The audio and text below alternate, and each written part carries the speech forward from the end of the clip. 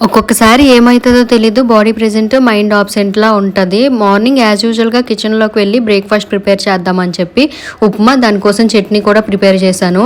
Tiffin తినేయడం కూడా అయిపోయింది. మళ్ళీ తిరిగి రిటర్న్ కిచెన్‌లోకి వచ్చి చూస్తే రైస్ కనబడింది. అది నేను రాత్రి మార్నింగ్ బ్రేక్‌ఫాస్ట్ కూడా పెరుగన్నం తినేద్దామని చెప్పి కాస్త ఎక్కువ రైస్ వండేసాను. అది ఎలా మర్చిపోయినా కూడా నాకు తెలియదు. ఇంకా మధ్యాహ్నం రైస్ ఉండి తినేద్దాము అని చెప్తే పాడైపోతుంది. అసలు సమ్మర్ కదా.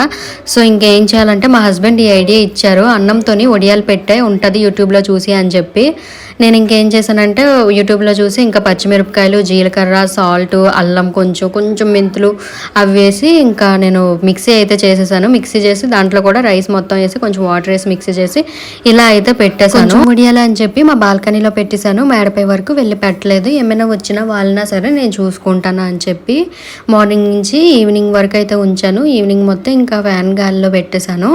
తర్వాత రోజు నెక్స్ట్ మార్నింగ్ కొంచెం వెనకాల తడి చేసి తీసేస్తే ఈజీగా వచ్చేసాయి. ఇంకాసేపు ఎండలో ఉంచి అయితే వాటిని ఫ్రై చేసుకున్నాను. చాలా టేస్ట్ బాగుంది. ఇదే నేను ఫస్ట్ టైం చేయడము. వీడియోని ఇంతవరకు చూసారు కదా, ఒక్క లైక్ కూడా చేసేయండి. సో ఈ వీడియోకి అయితే ఇంతే. మీకు నచ్చినట్టయితే లైక్ చేయండి, షేర్ చేయండి, అండ్ సబ్స్క్రైబ్